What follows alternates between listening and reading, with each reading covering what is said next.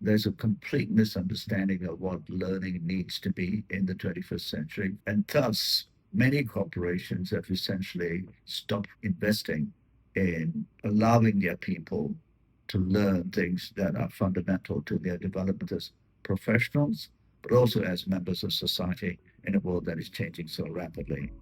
So, in my view, companies have entered an era of anti learning.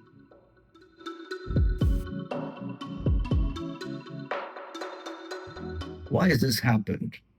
I think it's because many CEOs and business unit leaders have a fundamentally sort of superficial commitment to learning and development. They themselves are products of a very limited notion of what learning is because they have risen through the ranks through performance, doing functional jobs, addressing KPIs, and any learning and development they themselves have been involved in has essentially been how to do their jobs better, improve productivity, manage, and observe trends that are defined typically very narrowly. Typically, this is what business schools do. So they don't really understand what a critical mind needs to look like. Can you think more expansively about why we are doing what we're doing? What are the major trends affecting society? And what's the role of business in society? As well as technology and all those other things that impact the way people engage in their work. I'll also say that the education system that we have so fully embraced, particularly education systems that groom young professionals to become business leaders, then that includes those that are the executive education, but it's also when you are in university, in a business school, or when you go and get an MBA, etc. All of that is designed to stop you thinking about the huge impacts that our actions as business leaders, the decisions we take, have on the wider world. It is, in fact, almost designed to get you to buy into a certain sort of denial, but then have enough of a superficial understanding that the higher you rise in organizations, you can speak about these issues, but not really understand that. So you have typically business leaders pontificating about issues to do with the social contract, to do with climate change, to do with resource constraints, and to do with people-to-people interactions that are inch deep, a mile wide. Good sound bites, but really not anything that is steeped in deep learning and critical thinking. So the education system, the executive education programs, many learning and development programs, leadership programs reinforce this. Everything is about how you need to be more productive, which no one will deny is important, but nothing else about questioning why this sort of productivity gains, what are the implications for the workplace, to our employees, to society at large, what are the products and services we are producing? Do they essentially have externalities and impacts that we should be questioning as a responsible organization? I found very few can engage in that conversation. I'm speaking from a framework of having had the experience over 15 years of dealing with many professionals. And the reason I'm talking about this is I think it's sad, it's an indictment of what masquerades as learning, which is essentially often simply about making you a better performer functionally and not recognizing that the impacts you have require you to think much more deeply about the issues we face in the world. And these are not just environmental challenges, so please don't get me wrong. It's societal, it's economics. How do you understand what markets are? Cultural issues, geopolitical issues. Why should we export this sort of thinking to that part of the world? So these are all very interesting sort of critical issues that are not part of the learning designed for companies. And when we deal with younger cohorts, those in the late 20s and early 30s, it's fascinating to see how limited a worldview they have, yet they work for global companies. How little background they have in understanding the interlinkages between economic issues, technology, the role of business, social contract, the role of the government, even what is the economic basis for companies to exist.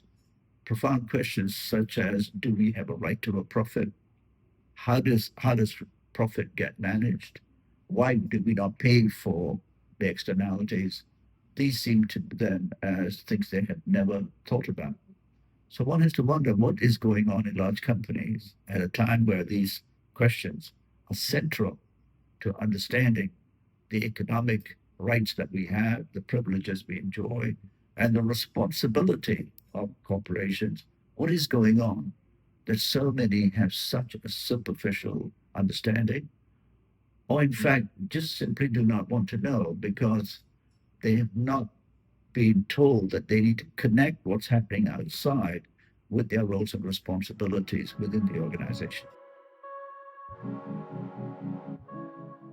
There's oversimplification that AI can accelerate organizational learning is another one of those throwaway mantras. It's a modern day cliche to just say AI is good for learning. What I've seen is the complete opposite. When we ask people to do assignments, for instance, senior people, we get AI responses. And it's so easy to tell it's an AI response. It's also an ethical dilemma that people are not learning. They're not even using their brains anymore. They are just using their brains to be more efficient by using a tool, outsourcing all their cognitive reasoning to a tool. AI is artificial, and meaning that it taps into a body of knowledge created over many years of human intelligence, essentially building that foundation. And of course, there are various things about how there's inference and reasoning and all of that built into it.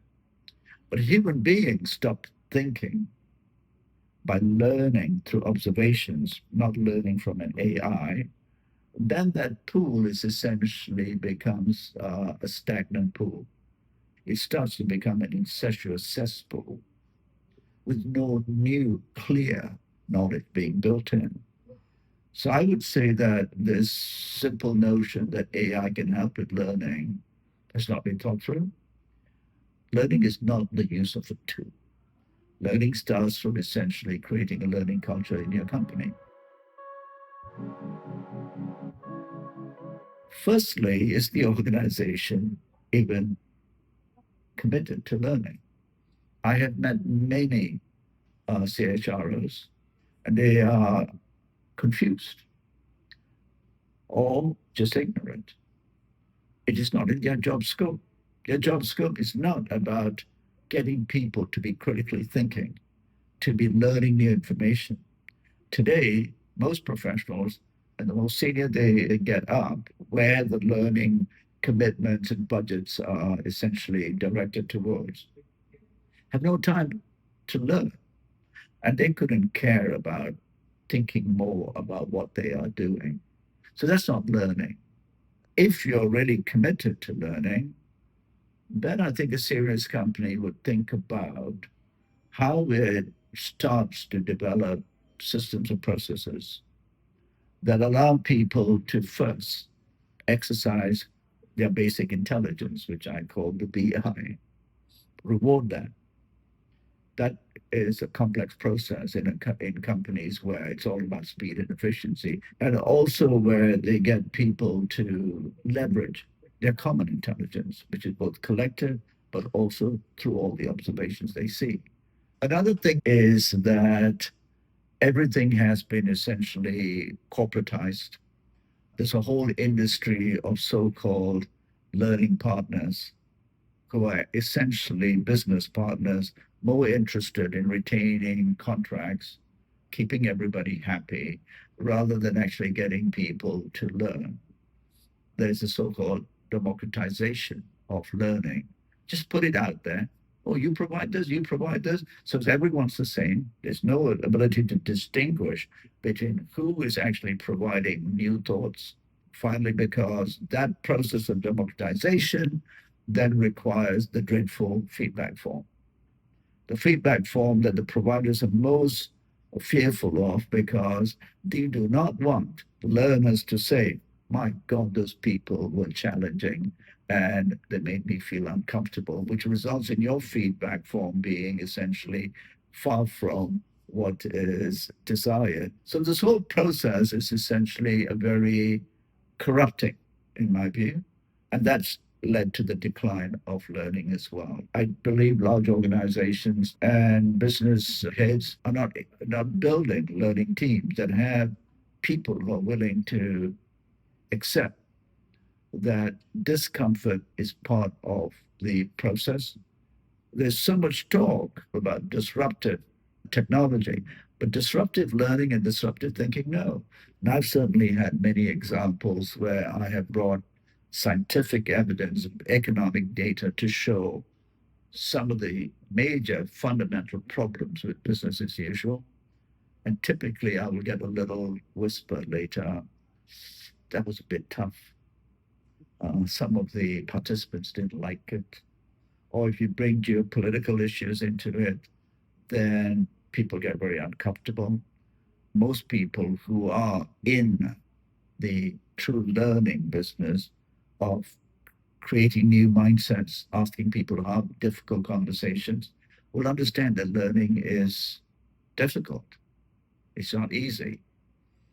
So there's many things to be done, but fundamentally get people into classrooms, get them into talking about issues, get in good facilitators, get in learning partners that are churning the organization from the point of view of what it should be talking about.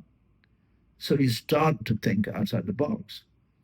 And the providers who do that are probably the most valuable that you can have.